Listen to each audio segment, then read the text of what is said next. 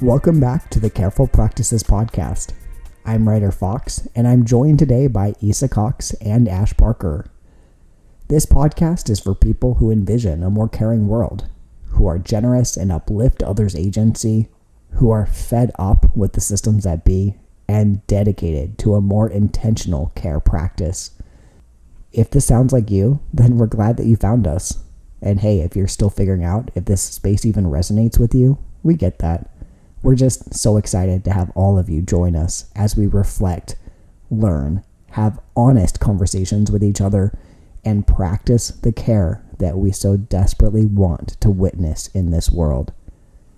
In today's full-length episode, Isa, Ash, and I will get honest about our own fears and how they're showing up in our individual care practices. In all of the practitioner education that I lead, fears will bubble to the surface as people bravely share the things that they often don't get to talk about in other circles. In fact, many of us are just naturally looking for the ways that we can care for ourselves and others without having to be so afraid any longer.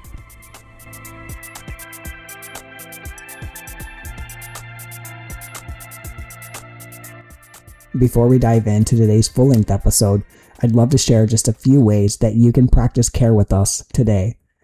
First, a huge thank you. Every time that you like, subscribe, and share, you fuel our work.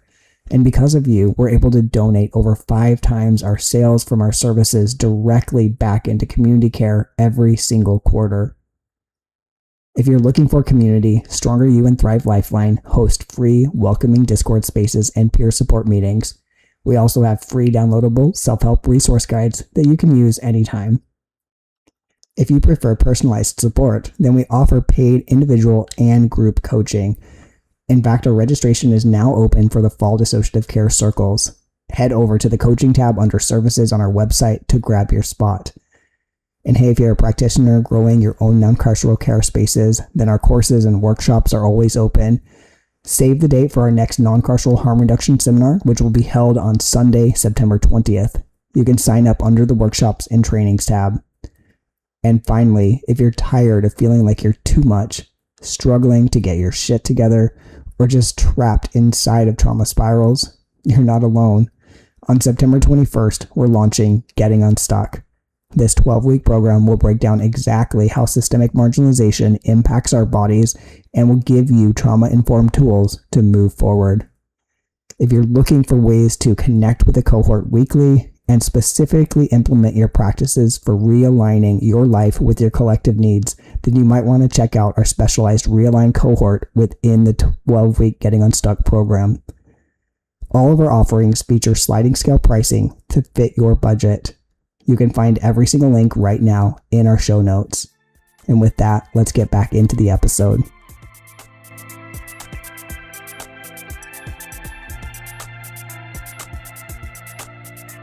As we explore these fears that are underlying our care practices, we don't have any explicit content notices to share for this episode.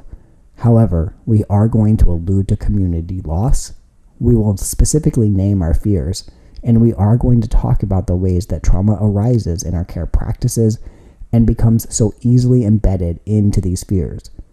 So please be gentle with yourselves today. If this is not the best time to sit with some of your own fears, then that's all right. You might want to take a pause and listen another day when that feels a little bit more possible for you. So with that, let's dive into today's episode. Hi, Isa. Hi, Ash. How are y'all today? I'm good. Thank you. How are y'all? Hi, Ryder. I'm good. Nice to be here. How are you doing? I'm doing well. I am sitting here. I think I'm just stuck in a lot of doing. So, like, what am I doing? What am I up to? There's no interesting news to report. I did get to see Come From Away yesterday, and that is a brilliant play. It's so moving. So that was wonderful. And otherwise, I'm doing a lot of getting things done. I mean, that's important. You got to do that. I'm glad you got to see the play, though. I'm just taking care of my friends. It's good. I'm so glad you could be there for them. Me too. Have you been up to anything interesting, Isa? Just surviving this heat storm. I think that's hitting a lot of the country right now. And yeah, just supporting different people in my life. I feel that so hard. I think those go hand in hand so frequently. It's like the heat of the actual nature heats up all of the chaos in our selves and our minds and our relationships. It's hard. Y'all are amazing folks. It's wonderful that you could be there. And it just again demonstrates how purposeful these practices are and how important y'all are to these conversations, that you're just always living these truths. So, with that, I noticed in a lot of the common themes that we started with in our early episodes and what conversations folks will often bring up when talking about care practices, that underlying that there's a lot of fear. And I'm wondering if y'all are comfortable sharing some examples of fears that you have recognized in your care practices. So I think for me, and I think a lot of other people too, we sort of have these initial moment or gut reactions in a lot of situations when we're providing care. So I think for me, this might look like having a fear of having something I say or do lead to the harm of the person I'm supporting. And it's just so visceral because I don't want to cause harm. And being afraid that my care practice might lead to harm is a big fear for me. And then another fear that's sort of come up has been related, has been around not being able to show up optimally and what it means to support somebody imperfectly. And I think that kind of pressure can act as a barrier sometimes. Like I shouldn't show up for care work if I can't do it perfectly, even though that's not true. That's definitely a big fear that I have. I can relate to both of those. I've definitely been scared. I am still scared of like making things worse or of doing the wrong thing or of escalating a situation and then having to figure out things on the other side of that and potentially losing people that I love or losing other community members. Like I have already experienced that enough. I don't want more people to die.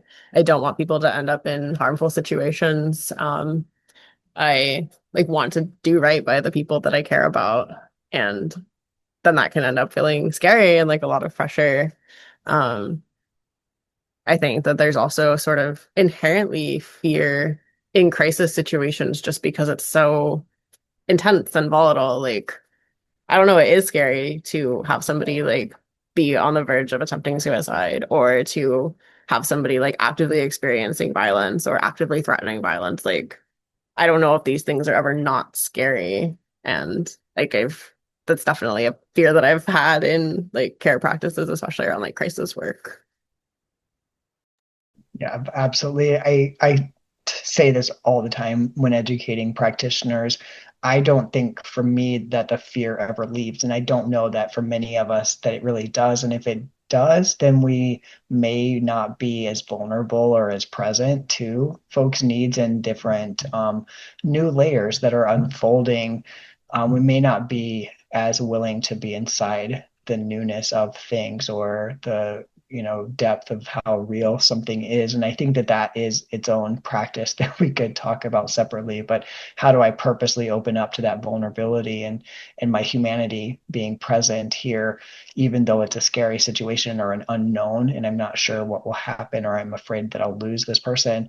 If I don't bring my humanity in and I'm willing to grieve the loss of somebody, the fear of losing somebody as a human, then I will chip away at parts of my own humanity. But at the same time, if I'm showing up for somebody and I'm stuck inside my fear, then I'm going to have a harder time fully showing up for them and being present in that moment with them. So learning how to hold our fears, and also, be vulnerable to them but not be lost inside of them, I think is such a important part of this practice. But yeah, I still absolutely have things where in the moment it brings up fears and I don't know how this particular situation is going to play out, or exactly, what the right, quote unquote, right thing to do is. And so like every human being, no matter how many decades this work continues, I still have those oh no moments. And I have learned to hold those, like I just spoke to, with a lot more care, compassion, and understanding, and just comfort in the discomfort or the unknown, but have certainly had plenty of those momentary fears. I also, as somebody who has really had to survive on my own and have depended on my care practices for my financial survival, my own physical well-being, I've had a lot of fear around what if something happens and I don't, if I lose somebody, if I get sued, if I lose my job, as working for myself. So I absolutely had the just shark terror of fearing, what if I harm this person? What if I do something that worsens the situation that they're in and it's already feeling dire to them? But also underlying that was a lot of my own physical well-being and mental well-being, but my ability to survive was so linked to that I had a lot of fear of loss, for myself, and what would I do, and that would cause me to not trust myself and not move into situations with greater presence. I think what you're saying around like the fear of like your own sort of material financial access and stability, just makes me think about like in my job, like I work in a group home, and there is fear around maintaining that job and doing the things that I am supposed to do, reporting to the people that I'm supposed to report to, doing the certainly check-ins and clinical things with clients, that I'm required to do for my job. And like I need that job to survive. um, and sort of at the same time, those are not all things that I believe are what my clients need. And so there's like a contradiction between what I'm being told to do by my job and what my clients are saying that they need and responding well to. And so there's the fear of hurting my clients and of pushing them away or escalating things or making the space not feel safe for them. And also the fear of getting in trouble, losing my job, um, all of those things. And that just, there's just like a tension there in like where all of those fears come from. There's no way to like avoid the fear because it's like coming from multiple sides and it does like conflict with itself. Yeah, I think that the fear of the fear itself is a whole thing that we have to navigate, because the tensions are pulling us in many different directions, and my values are this, but my needs are this, but their needs are this. But so many different oppositional pulls or just tensions, that just being afraid of the afraids is its own thing to navigate. I think one other thing that we haven't spoken about that has been truly still in ways, but very much in my youth when I was starting this practice, I was so afraid of my trauma and how it viscerally arises in my panic, in my inability to be physical, and my body just shuts down. I start shaking really hard. I dissociate so badly. I lose words. All kinds of things that make me physically visible as not able to be present, not someone who's in control of the situation, and someone that is showing up professionally, quote unquote. And so I really lived in terror of my trauma and my traumatized body and mind, and how it would show up and how it might incapacitate me, and how it did at times incapacitate me while I was on the job, while I was working professionally, not quote unquote just with friends or in other spaces of care work. And so being afraid of myself, or being afraid of my trauma and how trauma shows up inside and outside of me, was something that really has been a part of my journey in navigating fear. Yeah, that makes a lot of sense. I can relate to that. And I think like this is part of why I've been afraid to, I guess not now, but like when I was younger, part of why I was afraid to like engage in these kinds of relationships with people, because I think, yeah, like I felt like I didn't react in the right ways, or people told me that I didn't react in the right ways, or I would not have words, or I would have a meltdown about something. And like navigating, like I didn't know how to navigate myself. And so navigating that in relationship with other people was scary. And it always felt like other people knew better how to show up. And at this point, I don't know that that's true. But when I was younger, it certainly felt like everybody knew something that I didn't. And they knew how to show up and be in a relationship with people. And I was the one always getting kicked out of relationship. And so it was scary to engage in these ways because it wasn't for me. I wasn't right for that. Yeah, thank you, Ash. As Ash is speaking, Isa, this reminds me of what you said. I think that it's kind of just opposite ends of the same spectrum where I was just thrust into these things and had to see myself fall apart and navigate that. And the opposite end of that, I think, is what you're speaking to, where it's like I can't show up because I don't have these things taken care of yet. I didn't like have the option of saying, oh, I need to get myself in order before I work. I had to just survive. But I think a very common thing is what you're sharing, Isa, just that we hold ourselves back because of our fear and quote unquote needing to quote unquote clean ourselves up or get it right before we start showing up. Yeah, absolutely. I think it's just so hard. I feel like I've been thrown into care relationships where I did not know what I was doing and maybe did cause some harm. And that caused me to really kind of back off and be like, well, I'm not, quote, qualified, whatever that means, to support somebody. Because if I can't support them in exactly the most perfect way, then I'm going to cause irreparable harm. So it's better that I just disengage. But as I got older and sort of had more relationships develop in my life, I couldn't just choose to disengage because I was so deeply invested in these relationships and caring for these folks. So I felt like I had to show up, even if that was going to be imperfectly. It's such a gnarly way to be inside of our care practices, is just to be thrust into them that way. But I think that it also does really invite us to address these things and to be more and more gaining comfort with the messiness of showing up. And we can answer, or we can deepen that in a little bit as we speak to how we're addressing those fears. But I just want to acknowledge how messy all of us are. And I think we all have stories that we could go on and on about. So if anything, I hope that listeners can take away this idea that there isn't a too messy. There is a willingness to be in shared vulnerability with each other and to hold that messiness together as we deepen relationships and care practices.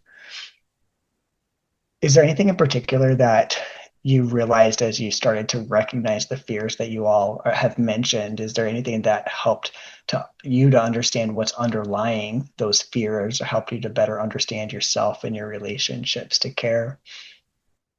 I would say for myself, so I also have OCD, and the experience of my OCD has played into this a lot too. Like, I feel like if I don't do or say something just right, with just right being defined by my OCD, then something bad will happen to that person. And that just right is usually not really ever something obtainable. And I think underlying this for me is so much comes from having my own experiences of harm and seeking support and not wanting anyone else to experience that for me. I always want to be better for others, and that can be a lot of pressure.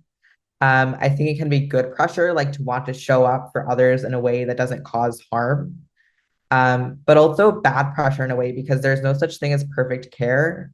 I think perfect would be something that would be so devoid of humanity, and I want humanity in my care work first and foremost. I feel like perfect would be devoid of humanity, but then it wouldn't be perfect anymore. And so it's just like this unattainable ideal that we have, but what is perfect looks very different to different people and isn't ever really going to be perfect because we're messy, traumatized human beings.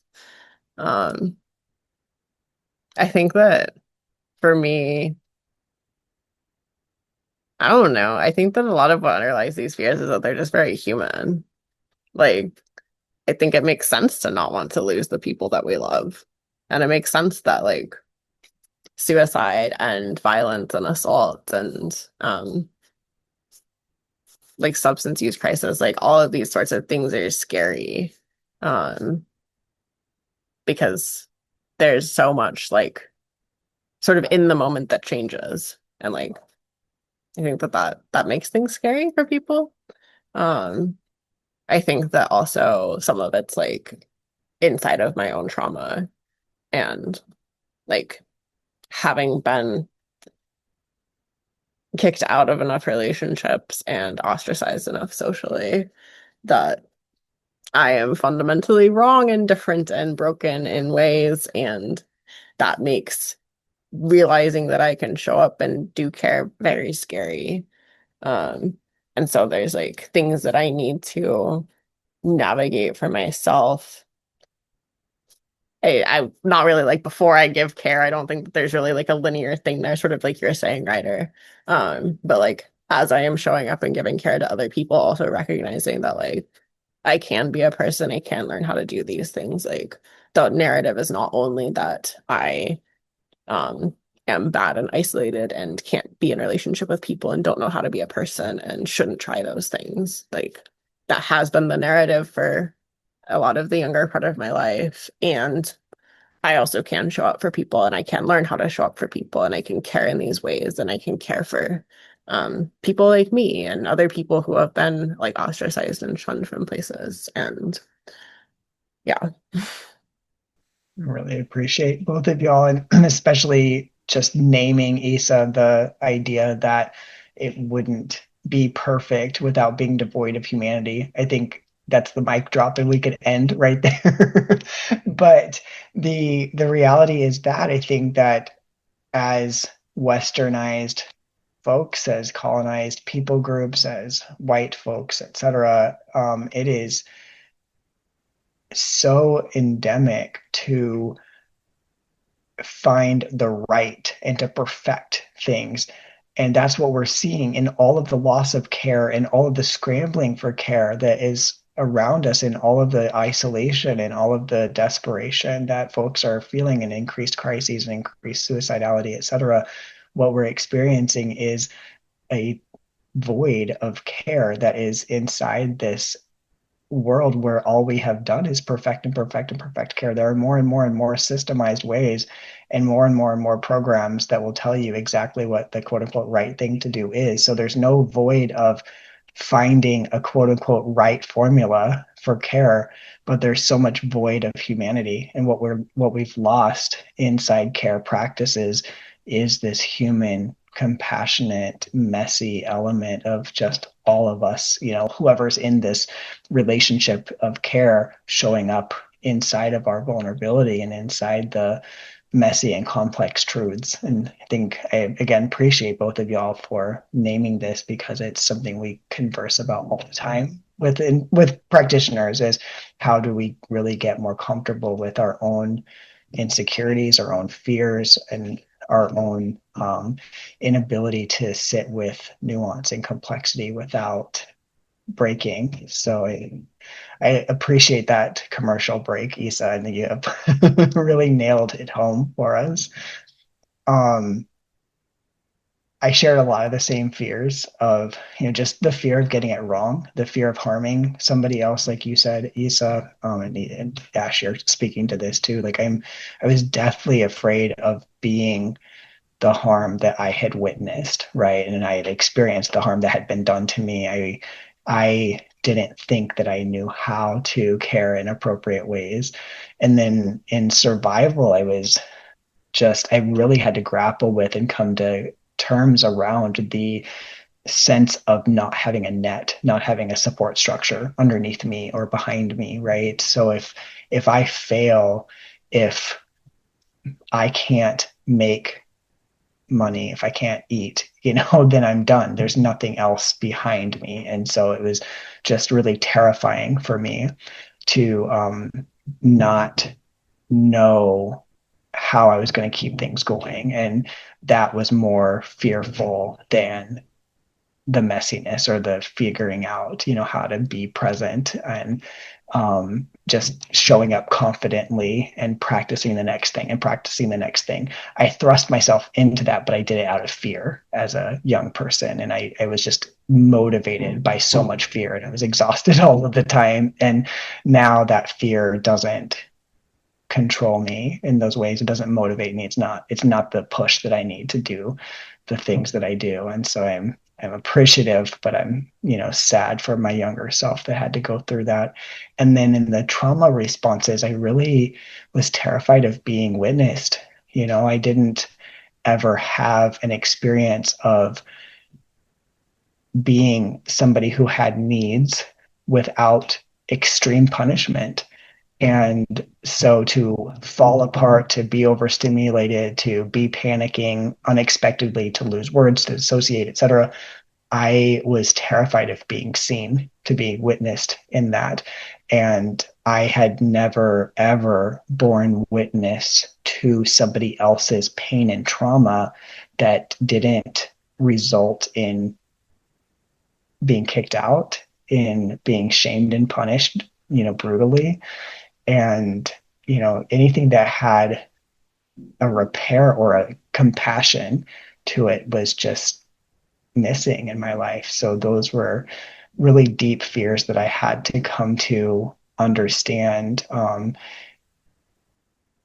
perpetuating my trauma reactions by being afraid of my trauma reactions and punitively acting against myself, but I couldn't deal with that until I could really grapple with the idea that nobody had ever modeled to me how to be a traumatized person showing up in the world, and B, nobody had ever modeled to me what it is to be held in compassion while also being, in the midst of my trauma. And so those were things that I had to recognize.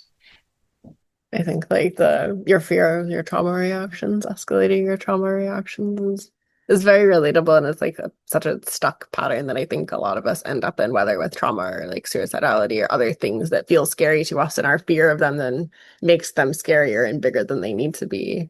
And like I don't know, in some ways I'm like, well, just stop being afraid of it. But it's also obviously not so simple, and like it's been so ingrained and modeled to be afraid of these things, that these things are bad, that these things need to be changed, that they should be shameful. And like any sort of narratives that we receive from people around us or from like the mental health system or medical system.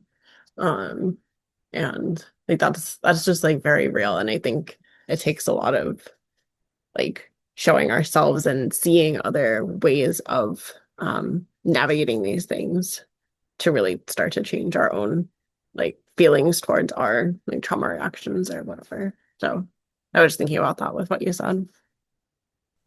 Is there anything in particular that helped you all to navigate and address the fears that we've been talking about?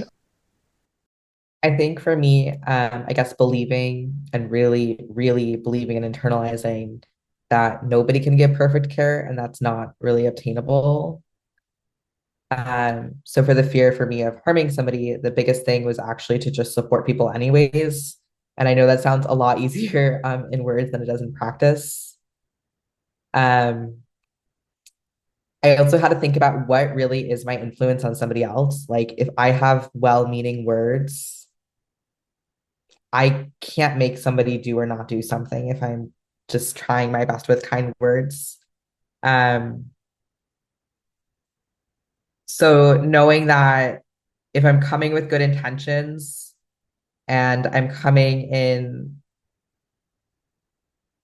some way to support somebody with good intentions, that it's still always possible to harm somebody. But I can have a plan on how to sort of correct that and fix that and know that I can't, with my well-meaning words, force somebody to do something. That is something that's just not really how humans work. So I guess extending a well-meaning message to somebody that perhaps isn't perfect is often better than doing nothing a lot of the time. And a lot of repetition of this has made progress for me. And that cumulative progress has sort of made me more willing to try to show up imperfectly. I think that's been a big thing for my fears. I relate a lot to this. I've done similarly and just like trying to practice showing up. I think like something that sort of helped push me into that was just seeing enough people struggling and then being put in positions where like I really was the only option, or people would come to me and expect me to be able to do something for them. And I was like, I'm gonna have to figure out how to do this because like this is who I want to be able to be. And my own fear is getting in the way of that. And I don't want that to be the case. It was like a lot more complicated than just that. I think sort of inherently I tend to like go to the like bottom of anything. So like, okay, this is horrible. I can't be a person. I will never be able to support the people that I love. And at that point, like, why am I doing this? Like, what is the point? And so if I don't want that to be the reality, then I'm going to try to do something different. And worst case, I'm just still where I was and I'm already at the bottom, so it doesn't matter. Similar to Issa, I absolutely have had to build a practice where I just show up and see what happens, not in a callous way or in a flippant way, but purposely show up and give the best that I can give in that moment, be as present to somebody and listening and understanding and being on the other side of that as I possibly can in that moment, and then evaluate, both in the moment as it's unfolding and afterward when I can more slowly spend more time methodically kind of tracing back those steps, not in an anxious way, but in a purposeful, okay, this kind of started to diverge here, or they were leaning into me here, they kind of pulled away from me here. So if I were to reevaluate this is one thing I love about doing text-based work that didn't come. I was 40 years old before we started practicing text-based crisis support, and I love being able to go back through transcripts and see where things started to connect a little bit more deeply or disconnect more clearly, and seeing that in review offers a lot of understanding. So it's not just my anxious mind kind of putting things into a verbal conversation that I don't know if I remember correctly or not. That's just an aside, but as a younger person having these live conversations verbally, I was trying to play that back out and say, where did this connect? Where did it disconnect? Is there something that I could try? And then I would identify each week or, after each conversation, but in the next week, I would say, okay, this is what I'm wanting to practice, and see if I do this, does that help these conversations flow more easily? Or does that help this person to feel a little bit more safe when doing XYZ with me, whether it's responding to me or, I was working with people's bodies. I still work with a lot of medical exercise clients. And so, it may be in the physical motions that they're doing that they feel safer in their body. It may be in their mind that, or in relationship with me, that they feel safer. So there's a lot of vulnerability coming into that, but being able to step away, reevaluate, and then find something specific to practice has been something that's helped me also. So I appreciate that, Isa. And similar to you, Ash, I don't do the spiraling to the bottom in the same way, but I'm deeply Saturnian. I need to find all of the edges of everything and what is the worst case scenario. And if I take myself to the worst case scenario, then I can also consider what the best case scenario is and then find something in the middle of that. I don't know what will happen if everything falls apart, but I do know how to scramble. I do know how to make connections. I do know how to lean in and foster care practices in new ways whenever the world changes, whenever things are burning down. There's something else that I can pick up and try. And so I'm willing to do those things. And I know that I can trust myself a little bit more, or trust my community a little bit more. All of this time now, I've also been fostering supportive and caring connections. And so I don't have to face it completely on my own. And I think in addressing the trauma, that is just, it's truly a constant practice. And I think it will be a lifelong for me, a journey all the time. But some of the hugest things that helped me were just seeing myself be compassionate and normalize other people's experiences. So respond to them with gentleness when they were suffering or when they were navigating trauma, when they were messy in ways that they felt apologetic for. Clients would apologize to me a lot. And I would like, there's no need to apologize. You're just being a human. You're just navigating this thing. And my ability to see myself again, I had never had this modeled to me. And I also was so afraid of myself that I was going to only cause harm. And so to see gentleness at play and to see that would be something that folks responded to and would soften and would feel safer, it also helped me to go back and do that for myself, so I could go to younger selves inside, to traumatized selves, trauma holders inside, and say, I'm here. We can do this. I don't know how exactly, but we can make it through. We can be messy and it will be okay, and just normalizing that little by little by little. And as it became a reciprocal practice for me, where doing this for clients or having clients receive me as a human being in greater dimension helped me to go back internally and receive myself in greater dimension and to normalize how we're going to show up in the world. And so I think that those were really important parts of my navigating those fears. I think something else that has helped me navigate these fears is sort of a combination of what you were saying, Ryder. Like there's sort of a greater comfort with myself that has come with age and experience and practice and surviving things. And I also relate a lot to things being modeled to me and me being able to sort of, or I guess me modeling things to other people and then being able to model those to myself, or other people modeling them to me and me modeling them to myself. And like this sort of like cyclical relationship where like I'm giving care and then I'm also learning how I can give care to myself. And I think that this is perhaps odd, but one of the ways that I've navigated fears is by seeing other people who have caused significant harm, who have lost everything, who have navigated all of these things that I'm so afraid of. Like, oh my gosh, what if I cause harm and that leads to this person that I love dying? Like, I know people where that's been their reality. And like, not to say that I want this to happen or that harm is okay or any of these things. Like, I'm not trying to like condone that, but that this is a human experience and it does happen. And I know that for myself, I am doing everything that I can to show up in the way that people need and not cause harm and to repair whenever I can and all of these things. And I'm also just going to be an imperfect human and I'm going to cause harm. I'm going to have to grieve things. Things are going to be terrifying and that's going to be okay. And like, I guess having seen other people navigate this, having supported people through this also tells me that I can support myself through it and that I'll figure it out or I won't figure it out and that'll also be okay. But it's all just like part of the life we have and I can't protect myself from loss, from trauma, from grief. And I can't necessarily protect other people from harm. Like it's just going to be part of our human experience. And I'm just going to show up inside of it however I can because I want to.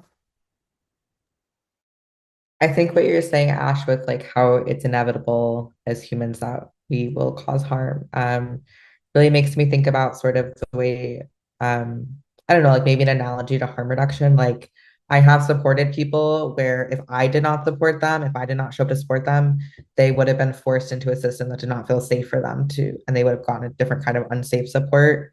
So even if I was really afraid of harming them in some way by showing up imperfectly, I did it anyways because that felt less harmful than an alternative. And also, like we've talked a little bit about knowing how to sort of pivot and repair disconnects and harm. And a lot of that for me has come from experience and unfortunately, causing harm in some ways and, repairing that as best I could and learning from that for the future. Yeah, I think that is so imperative and something that we invite practitioners into consistently because we need a safe place. As someone who is coaching practitioners, one of the greatest values I have around that is that we can create a safe container for people to mess things up and to mess it up in any kind of royal way. And we'll just be there. We have all these practice places where we are providing case studies that are hypothetical. So we can really royally mess it up because it's a hypothetical person. This person's not going to be harmed, but we can sit inside that harm in ways that help us to understand different interpretations, different ways things might go, and those kinds of things. But if we don't get comfortable with making mistakes and then making repairs, then again, like you said, Issa, earlier, we're missing the humanity that is what this is really about. It's about relationship. And so we, in thinking about perfect care or perfectly right responses and, perfectly void of harm, we have completely eroded the ability to make mistakes, to cause harm, and to then notice that harm and be accountable. So the second that I start to recognize, oh, this helped Ash, but it hurt Issa. And I see Issa hurting right now. Okay, I want to take accountability. I see it in this moment, or I see it afterward. Wherever we start to build this practice of recognition, then in recognizing that, I can say, oops, that was not good for Issa. It works for Ash. I don't quite necessarily understand yet why it works for one and not for another, but I do see the pain that Issa's feeling, or I do sense the disconnect, or something is helping me to understand that there has been harm here. And so I can lean back in and say, Issa, I recognize that I XYZ'd over here and that caused harm, or it feels like there was a disconnect for you, or I can, make amends in a way that's appropriate to the conversation. Or both of y'all are speaking to something I don't know if we've completely named, but this kind of radical acceptance is part of what's underlying, I think, a lot of what we're saying here. And so when I recognize that I am afraid, I am going to be afraid, and I accept that I do cause harm, I will cause harm, but I'm also someone who can recognize that and practice repair, practice reconnections. I can practice understanding the differences in the ways we relate to each other and what is helpful in one situation and is harmful in another situation. So all of the different things that, I'm a traumatized person, my trauma is going to show up sometimes. The first piece of that is, how do I even accept it as truth? And when I can build a practice around holding this reality alongside, my other realities, then I can address it in a way that will help to build, like you're saying, Issa, that cumulative effect. But if I'm always scrambling and running away from myself, or running away from my fears, running away from the thing that is underlying those fears, then I won't ever come into a place that even allows me to build a practice that helps me to more cumulatively be a little bit less afraid, or a little bit more alongside my fears. Yeah, I was gonna speak to this, and then you spoke to it. So thank you. But I was gonna say, like, I think I am somebody who has always been positioned underneath other people socially, and so I am very used to doing things wrong. And that is just something that is like, my existence interacting with other people is just wrong, and that's fine. But I think that, like, before we can even navigate these fields, like, we have to be okay with recognizing that we can cause harm and we're going to be imperfect and all of these things. And like, that is scary to accept those things about ourselves, and it's protective to not necessarily go there, not necessarily sit with that.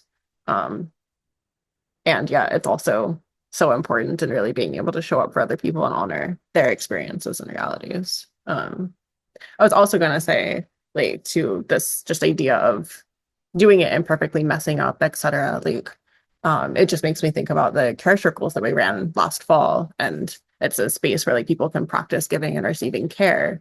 And at the end of that, like, so many people were talking about how, oh my gosh, like, it was so nice to just like practice this in a space without expectations, without pressure, where I can just like practice having these conversations, practice showing up, practice offering things, practice asking for things. And like, that's super beautiful. And like, I'm this is why we make these spaces, and I'm grateful that we can. And also, like, there's no reason why we can't just do this in our day-to-day life either. Like, there doesn't have to be pressure. You can just practice doing these things, and like create spaces where you can practice doing these things. Because that's like, that is, I think, underlying a lot of what we're saying here.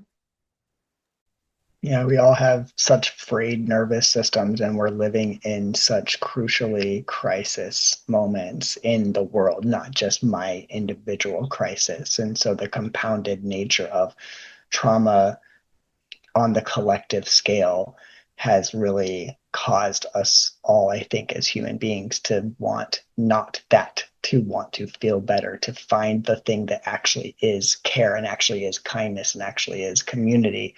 But then we're creating these bars subconsciously, not intentionally. I think we all, as humans, do this where we are looking for that one thing or the one me or the one community who will not cause harm like everything else is harmful, who will just finally be safe and we can just catch our breath and be okay. But in that need being as strong as it is, we fail to be able to navigate our insecurities and our fears and that kind of thing. So it's a difficult thing to sit with. And I think at the crux of all of this is that how do I recognize myself as afraid, and how do I, hold myself inside that fear and then take one more step or invite one more truth, invite one more curiosity about what else is also here. But if I can't see myself as afraid, or I can't see myself as possibly going to do what I don't want to do or be what I don't want to be, then we can't build this practice at all. So it's just that, I think you had mentioned that earlier, Ash, just the kind of constant cycle of we want something different, we chase the difference, we end up unhappy in that, something is building more tension, and then we're trying to erode the tension because the tension is so uncomfortable. But in trying to erode the tension, we're building more and more tension and more fear because we're more and more uncomfortable with ourselves, our surroundings, our environment, whatever the practice that it is. And the practice has now become unraveling myself rather than really being whole inside myself and whole inside this relationship, whatever the care practice and the relationship of care, whether it's with myself, with a community member, with a greater community, etc. We end up in these cycles where we are just completely unraveling ourselves rather than being present to ourselves and each other.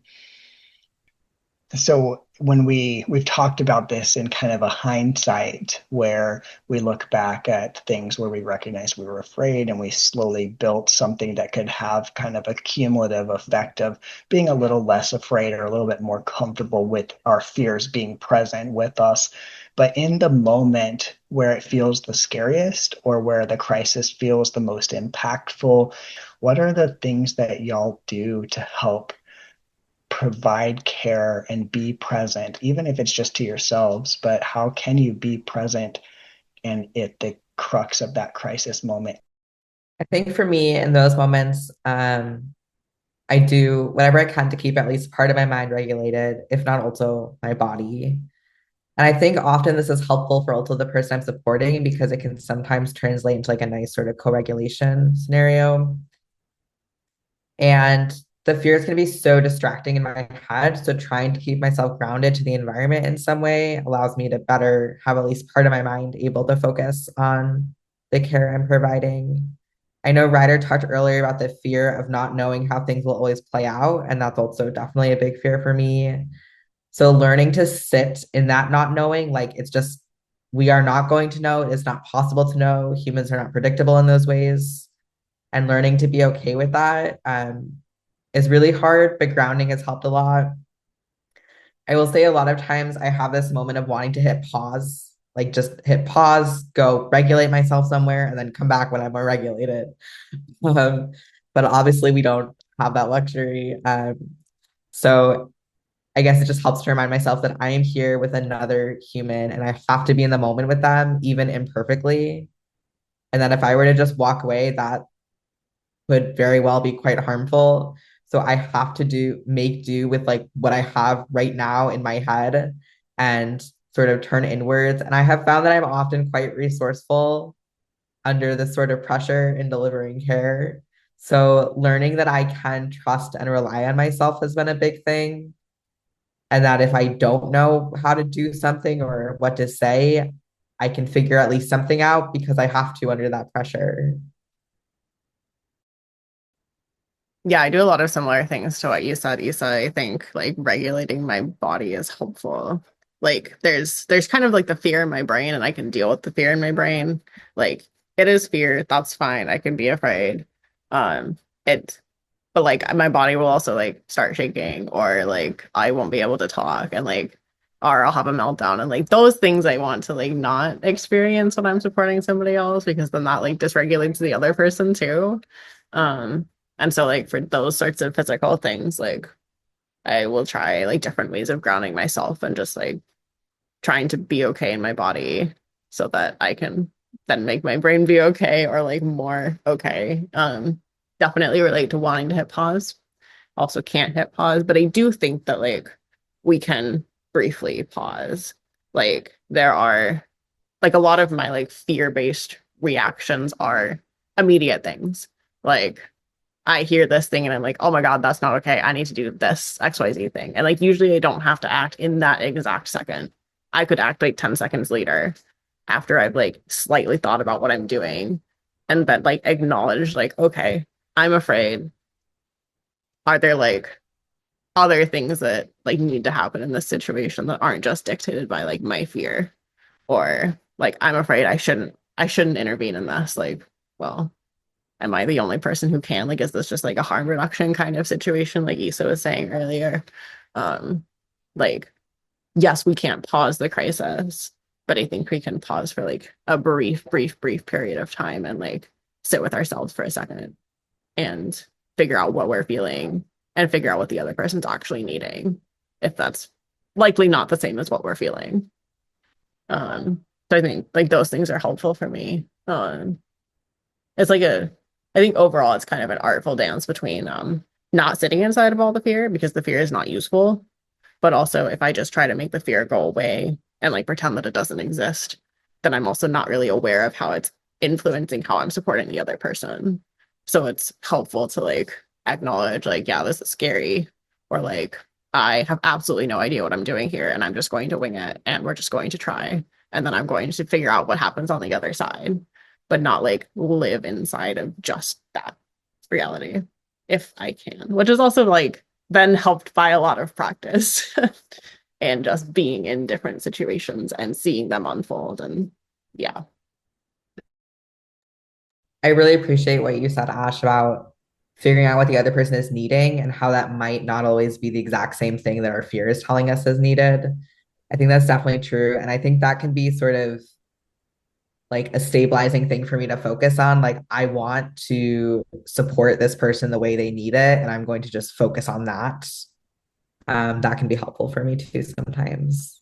Yeah, I will definitely also sort of like ground into the other person if I can. If they're not like completely like panicking or something, like I can ground into where they're at rather than be inside of all my like, oh my God, I don't know what I'm doing. This is terrifying. I'm going to hurt this person, like whatever. Um, I guess like it is co-regulation. Like that's also helpful for me. It's not just helpful for them.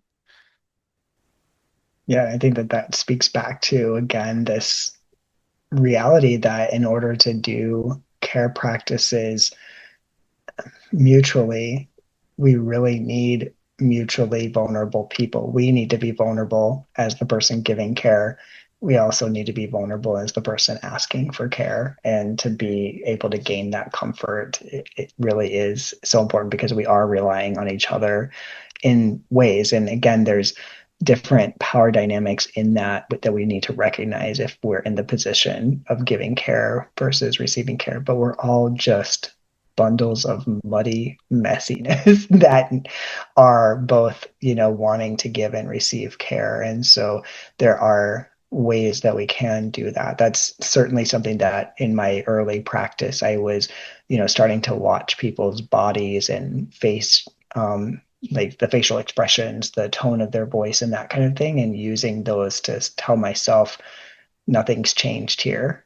They're not judging, they're not pushing you aside or going to punish you. The number of people that really truly wanted to hold more of my narrative and know me as a whole person, not just as a practitioner, was something that actually helped me to want to know me more. And so I started recognizing, I think both of you all have expressed this, just over time is what helped me to be in the moment, because I could start to put many moments together.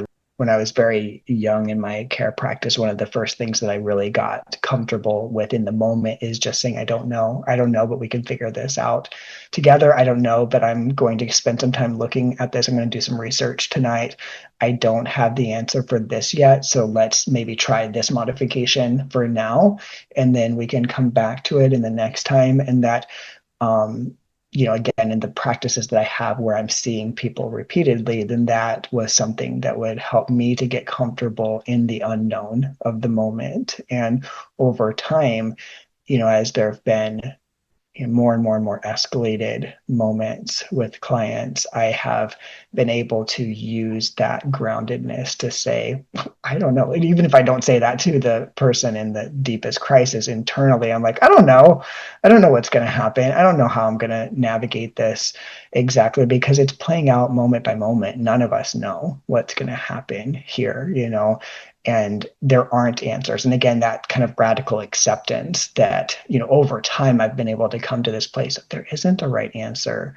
And we all want answers because we're human beings that are just like, please, for the love of God, make it simpler because it's too hard. I'm suffering too much. And so as human beings, we want to feel the effects of an answer that releases us from the suffering that we're in, but we don't really want to be contrived into a controlled compliance-based box, right? So we don't want a boxed in answer. What we want is to be safe inside of community. And so I think that being able to lean into attachments that are supportive have helped me to be that supportive attachment and to recognize that this is a lost attachment need often. And so how can I help to rebuild attachments here in a healthy way with this person?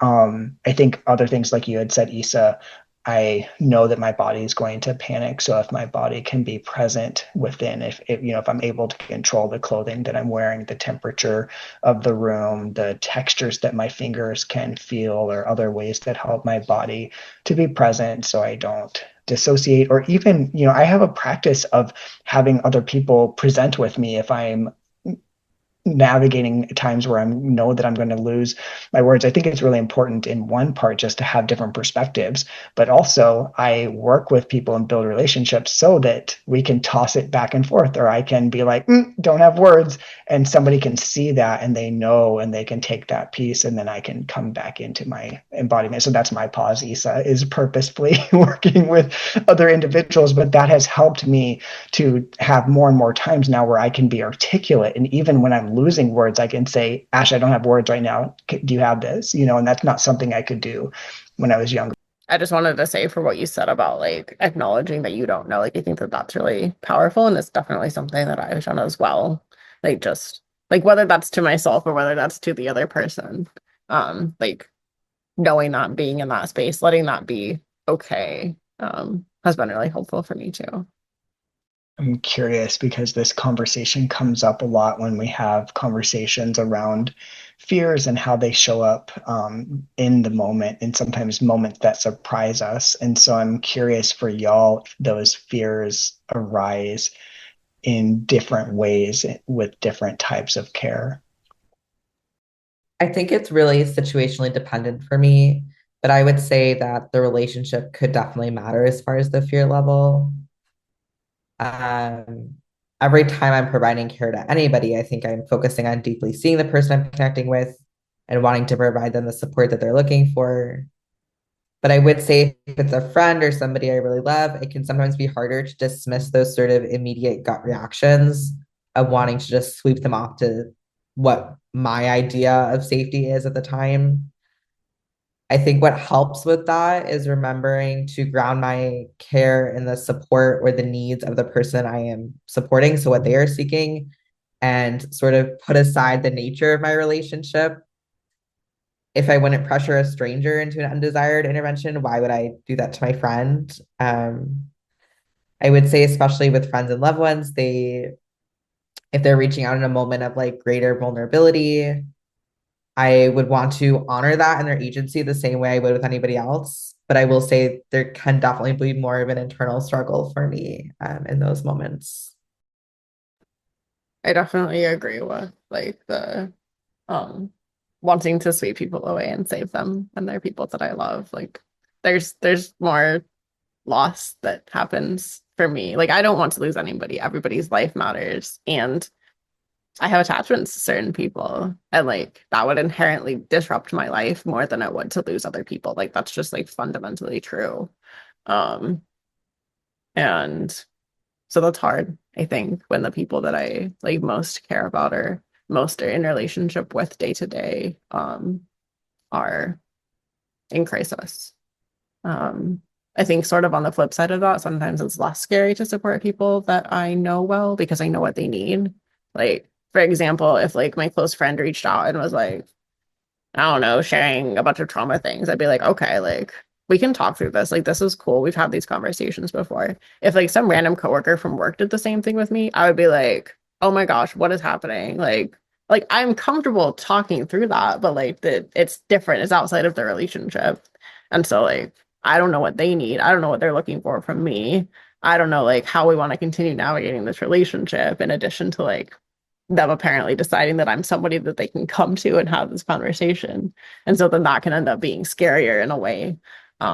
Just because I don't know as much. There's not as much context for the care that I'm providing. So sort of both things, but definitely in like crisis escalated where there is quote unquote risk, feels scary with the people that I love in a way that it doesn't otherwise. It also feels special and I'm grateful to have that space. Like it feels beautiful and intimate in a way that it doesn't as much with strangers. It does with people I don't know too, but it feels even more so with the people that I already have a connection with.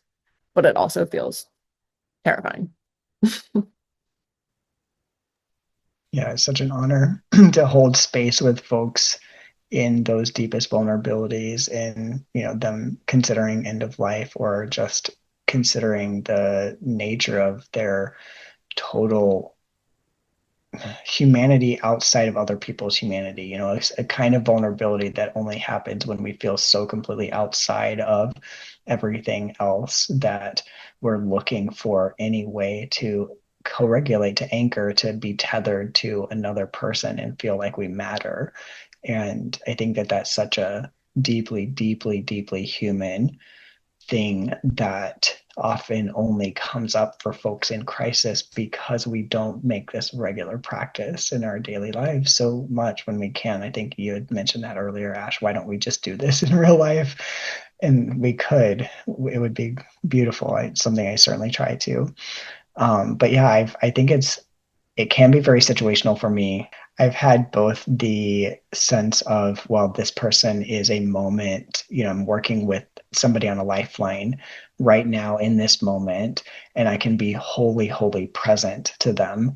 And then somebody in my daily life, maybe I can't be so present to because I haven't set aside that exact moment. And so I've had the fear arise because I'm so, so, so present, but I've also had the fear arise when I'm not as present because I'm not embodied in that moment, So I think it does depend on the situation to some degree. I think that things where I have found myself getting a little bit more frustrated are often times where I have more of an ongoing relationship with somebody where we were in one direction, we were going over here, and now it's suddenly over there, and now it's suddenly over there, and it keeps shifting in some kind of way that I will find in that I've had to recognize that these are my own kind of discomforts more than fears, but this is shifting and it's causing me to feel less grounded, and then I'm starting to get kind of panicky around where are we going with this. So sometimes, like you said, Ash, it's so much more helpful to know somebody and know what their patterns and their needs are and what the context is, because you have a bigger part of that narrative.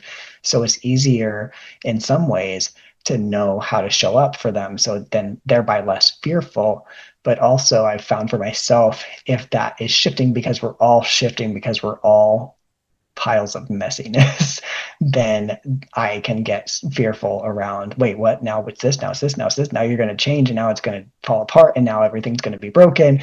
And I've had to recognize that happening and grapple with my own stuff in that.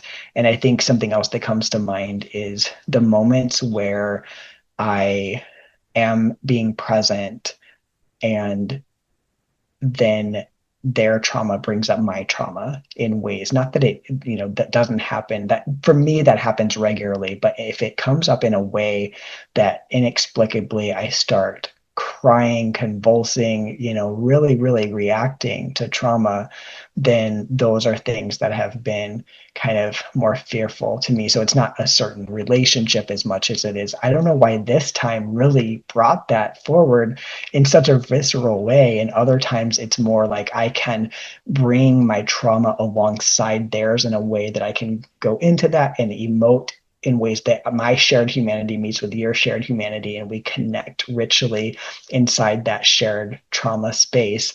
But it's not something that breaks me in ways that I can't explain or can't be present as much as I would like to. So that's something I think that I've also had to navigate around, how these can change in different moments.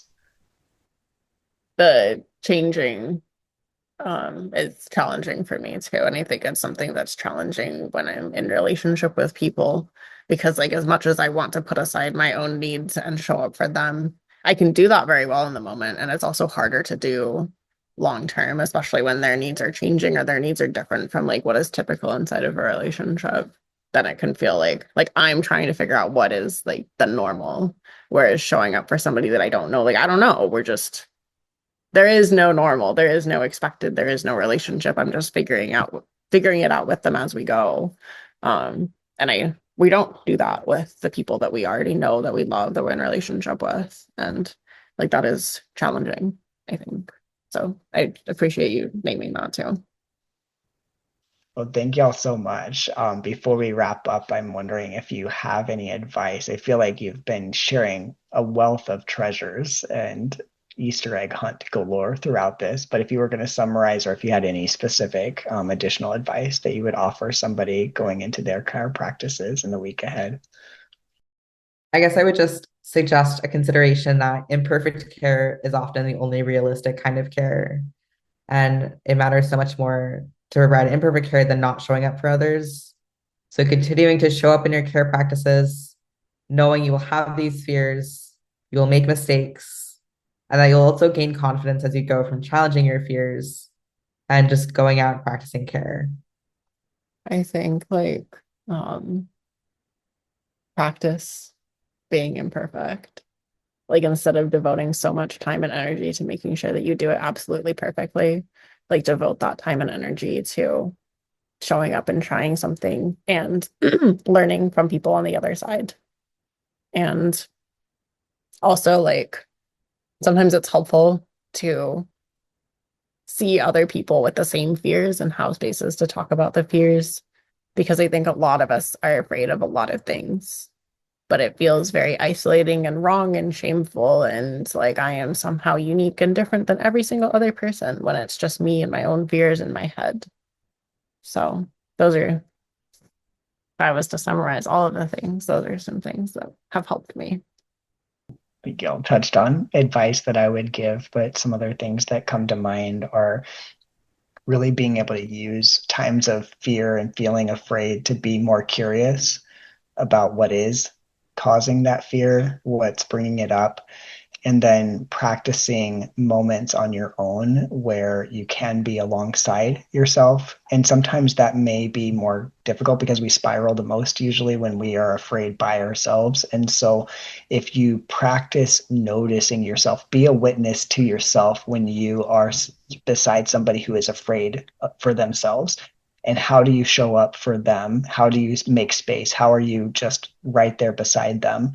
And as you witness that, then embody that and become someone who is beside yourself when you are spiraling on your own or when you're inside your own fears. And the more that we can be beside our fear and be present alongside ourselves, then we can do that with other people. We can do that. So I think y'all were talking about the moments and that sense of, in this moment, I can pause, like you said, Issa. I can't literally push the pause button, but like you said, Ash, I can have enough experience with coming outside of myself enough that I can be present to this person, present to the conversation, but I can also pull away just enough to say, you know what? I don't know what's going to happen, but I'm just going to stay inside this conversation. I don't know where this is going. I don't know if they're going to be okay on the other side, but I know that we can be present and we can co-regulate and we can be able to hear and feel and sense the pain that they are bringing here and hold that together. And then we can kind of re-enter that embodied space. So I think we can hold ourselves in multiple dimensions within those fears as we gain a practice around that.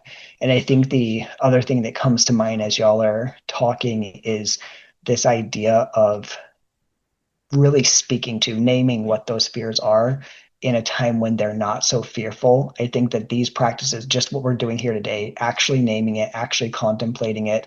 Sometimes when we're like, why am I so afraid? Why am I so afraid? Why am I so afraid? You know, that I go down a spiral. Just I could get curious, and then I create a spiral for myself, and I tell myself I should be better. I should get over this. I'm this old. I've had this much experience. I shouldn't, you know, and we get stuck inside that sometimes when we do this work on our own.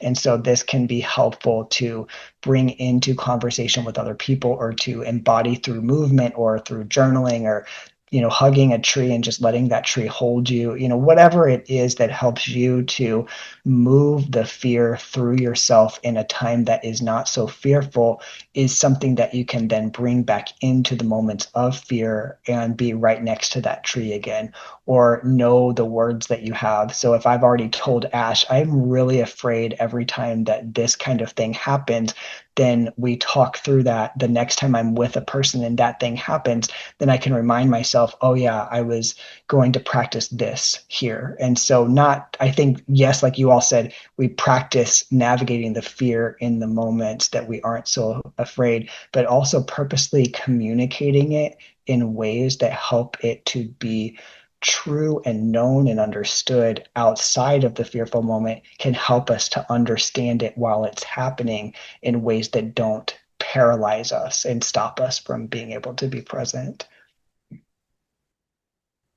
Well, thank you both again so much for joining this week and for sharing all the wealth and wisdom that you have. I feel like these are conversations that we don't have enough in society around care practices. So really getting real about these fears, and your willingness to be so honest and vulnerable, I hope is something that will really help other people that are navigating their own fears and being afraid of paralyzing themselves inside of their fear, and that fear cycle continues. So again, thank you both so much.